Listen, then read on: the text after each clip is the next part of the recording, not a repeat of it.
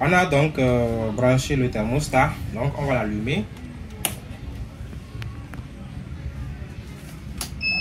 Vous voyez, le thermostat est allumé, donc ça nous signale que la température programmée ici n'est pas celle qui est affichée.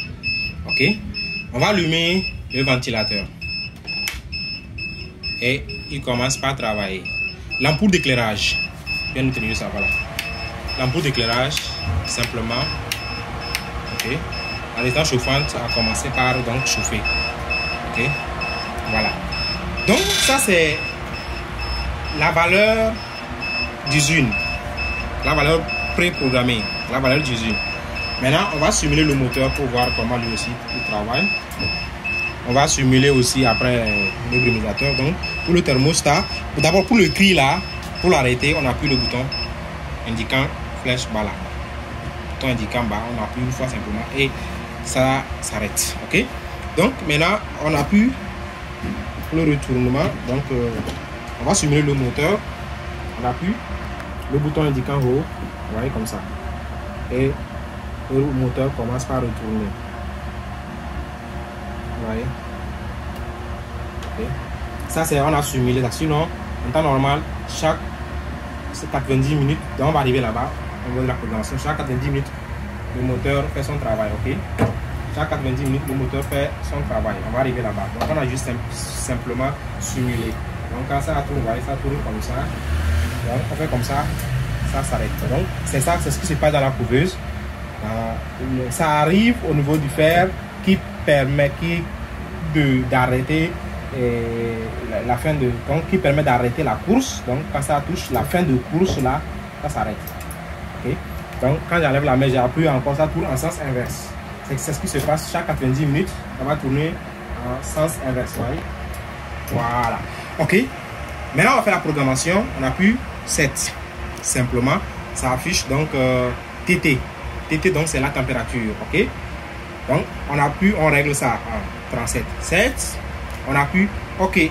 Simplement, ça vient sur l'humidité qui est à 60. Et c'est bon.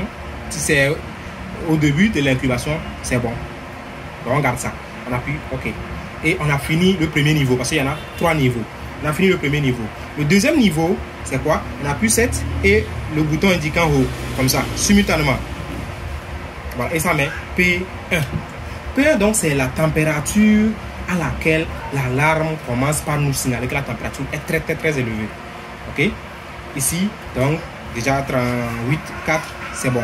On avance.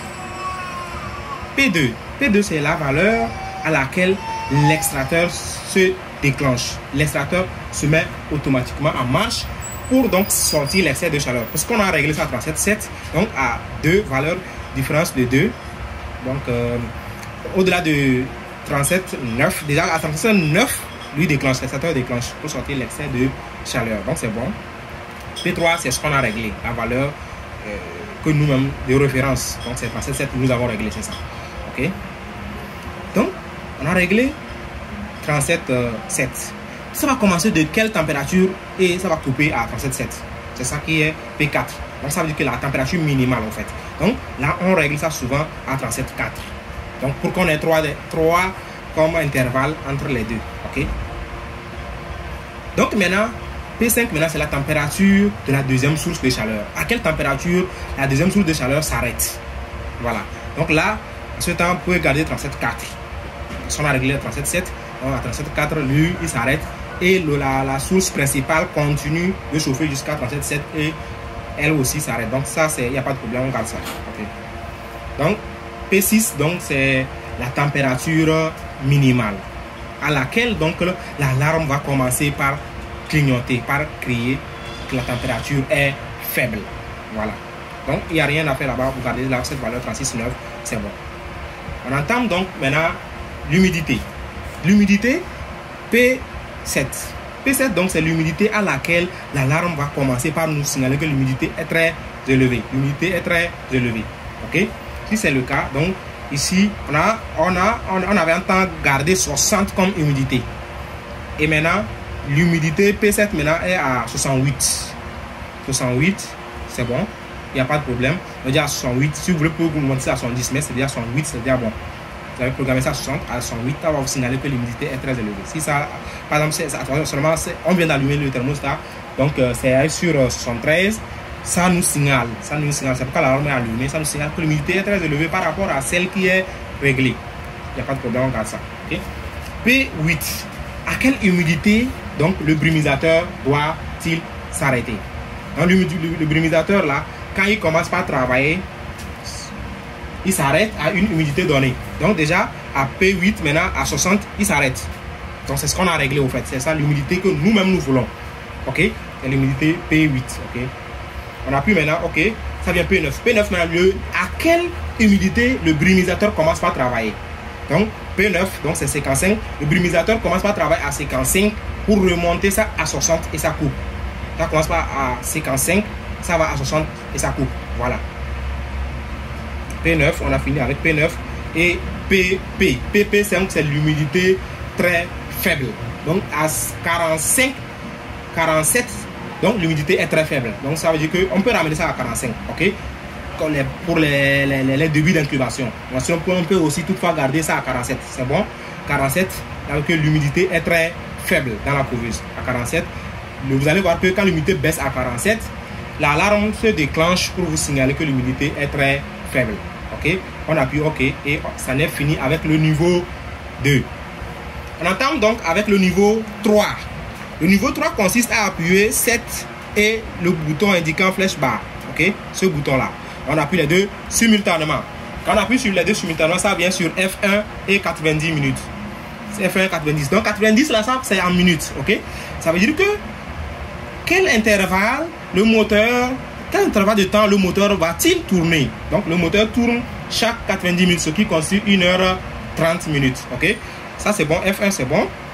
F2, pendant combien de secondes donc le moteur doit-il tourner d'un point A à un autre point A, ou bien au point B? Donc quand ça tourne l'inclinaison, donc c'est ça 180 secondes. Lui il est en secondes. Ok, c'est bon.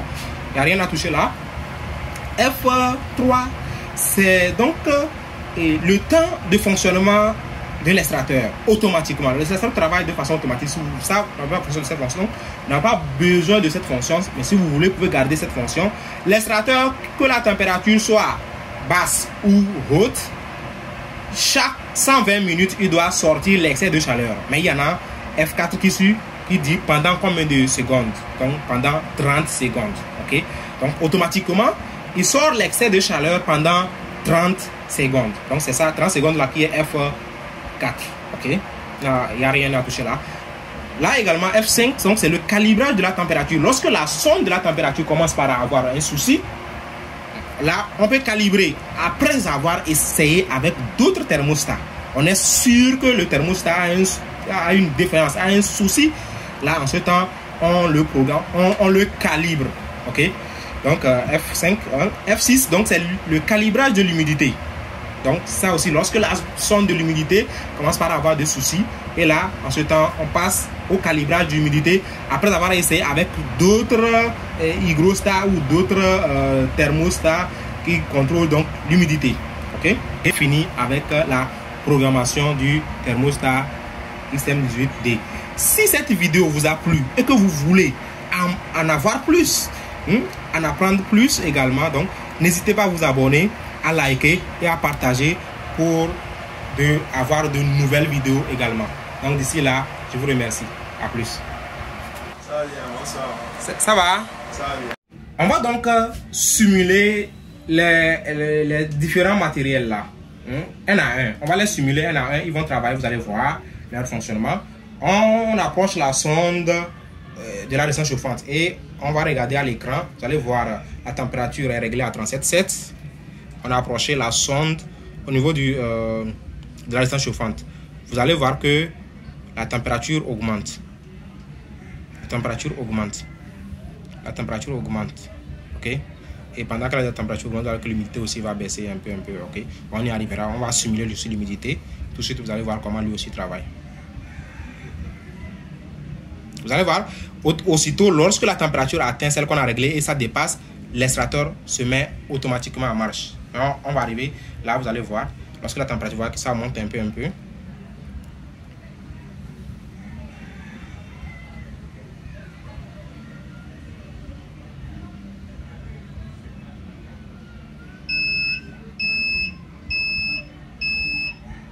voyez que l'alarme a commencé par nous signaler. Bon, maintenant, ça, quand ça va à 37, 00 comme ça, vous allez voir que l'alarme aussi s'éteint. Voilà, actuellement, il signale que, voilà, 37 quelque chose, bon. Maintenant, c'est l'humidité, à cause de l'humidité que l'alarme est encore là. Et vous allez voir, on ramène.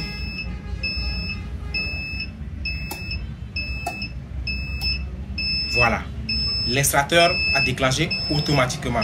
Vous voyez, la température a dépassé celle qu'on a réglée. Et bon, l'extracteur a déclenché automatiquement.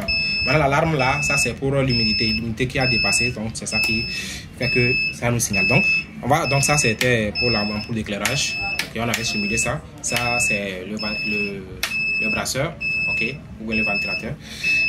Ok, donc on va éteindre pour celui-ci qui nous sert. Maintenant, on va simuler l'humidité. Ça, c'est le brumisateur qu'on a opté. Hein. Il y en a deux, comme ça, on va présenter le second. Alors, comme ça. Okay, qui sera monté comme ça normal.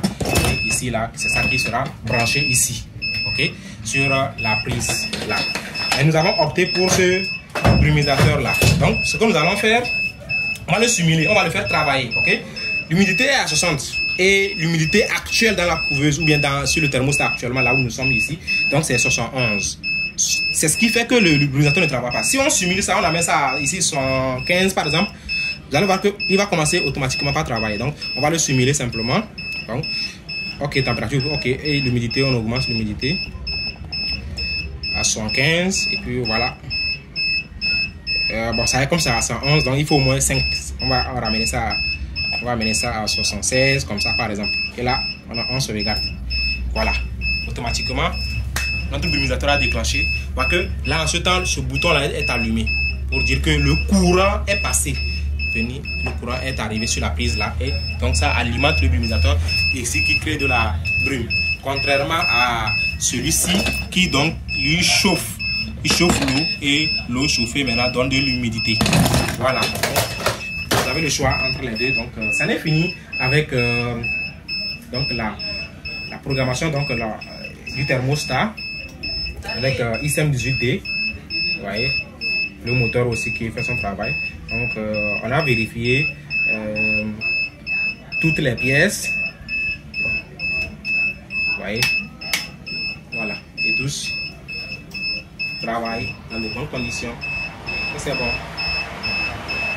Ça n'est fini. Si vous voulez avoir encore plus de vidéos, n'hésitez pas à vous abonner, à partager et à liker pour